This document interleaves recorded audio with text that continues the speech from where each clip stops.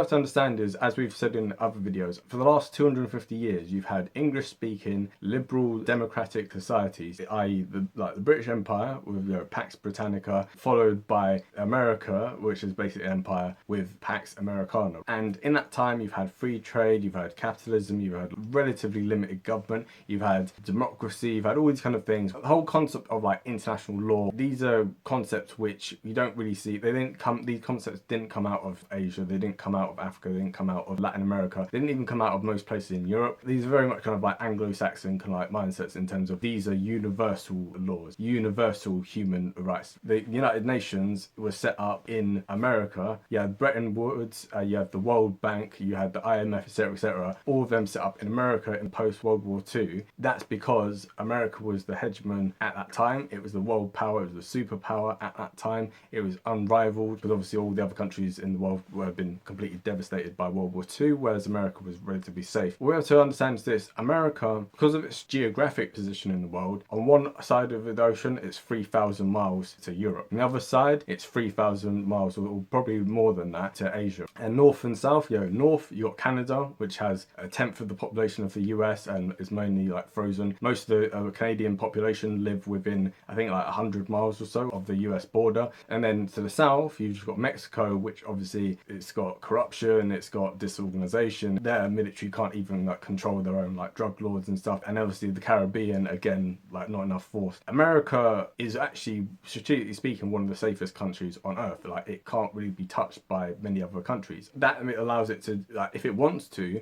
focus on the rest of the world and doesn't really have to worry about its own internal security much. But at the same time, the last like 70 or so years have been an aberration. They've been the anomaly. They've not been the norm in terms of American history. For the vast majority of American history, they have been isolationist. If they're going down isolationism, protectionism, if they go through the thing of actually let the rest of the world deal with the rest of the world, we're just going to focus in on ourselves, they easily could. They already aren't dependent on, for instance, Middle Eastern oil. Their troops being in the Middle East is more to control the global like kind of oil supply. It's a long time since the 1970s and the oil shock. Like they're not dependent on Middle East oil, not really dependent much on trade anyway.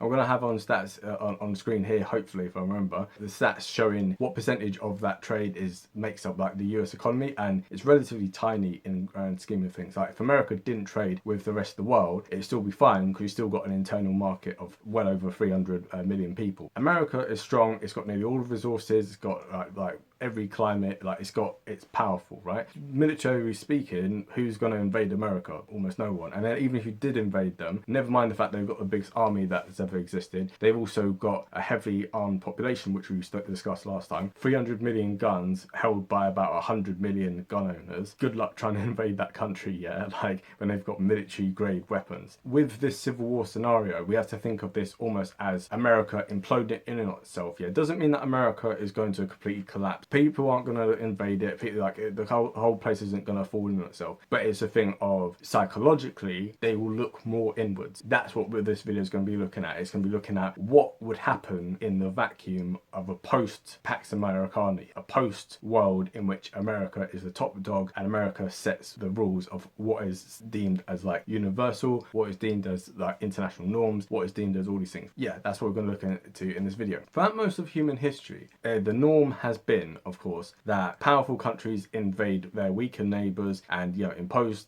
like kind of like all different things on them. They conquer more territory, etc. And in the last 70 years or so, by and large, you've seen a rejection of that. There have been very few wars of conquest, and so most conflicts that have happened in the last like 70 years, by and large, they've been civil wars. Occasionally countries have been invaded, but again, that's been more for like regime change. So if you think of like the Iraq War, for instance, very few countries actually kind of get invaded. But that's kind of because America, being an ex-colony, had this whole thing of like being anti-imperialist. Whether they obviously occasionally dipped into that, of course, is, that's through their history. However, ignoring that for the side, yeah, right? If you look at what countries are around the world and have not necessarily global ambitions, but certainly regional ambitions, then we can start to see what this kind of situation would be. However, what would change is probably the main countries that are very, very strong allies with the United States. Britain, Australia, Canada, and New Zealand,